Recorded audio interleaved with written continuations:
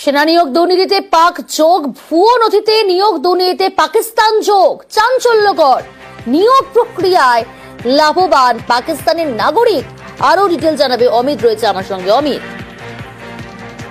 দেখুন, মহেশ চৌধুরী বলে যাকে গ্রেপ্তার করা হয়েছে, সেনা জওয়ান কর্মী, এইটি হচ্ছে কেন্দ্রীয় আধা সামরিক বাহিনীর রিক্রুটমেন্ট স্ক্যামের তদন্ত করছে সিবিআই। গতকাল আদালত দাবি করেছে যে এখনো পর্যন্ত 12 কোটি টাকার লেনদেনে তারা নোটিশ পেয়েছেন এবং সেই জায়গা থেকে যারা টাকা পেয়ে লাভবান হয়েছেন, অর্থাৎ ভুয়ো নথি বানিয়ে চাকরি দেওয়ার ক্ষেত্রে বা চাকরি প্রার্থীদের চাকরি দেওয়া হয়েছে, তাতে যারা লাভবান হয়েছে লাভবানদের মধ্যে পাক নাগরিকও রয়েছে, এমনই চাঞ্চল্যকর তথ্য কিন্তু তারা আদালতকে জানিয়েছেন। এবং একই সঙ্গে কেন্দ্রীয় আধা সামরিক বাহিনীর এই যে রিক্রুটমেন্ট স্ক্যাম, সেখানে প্রায় 250 জনের চাকরি প্রার্থীর চাকরি দেওয়া হয়েছে নথি জাল করে, এবং সেক্ষেত্রে ব্যারাকপুরে প্রশাসনিক কর্তার কাছ থেকে সার্টিফিকেট ও শংসাপত্র নিয়ে সেই সমস্ত বিষয়কে জাল করে চাকরি প্রদান করা হয়েছে বা চাকরি দেওয়া হয়েছে। সেক্ষেত্রে বিহার ও উত্তরপ্রদেশের বাসিন্দাদের জন্য এই সমস্ত নথি জাল করা হয়েছিল, এমনটাই তথ্য উঠে এসছে। তবে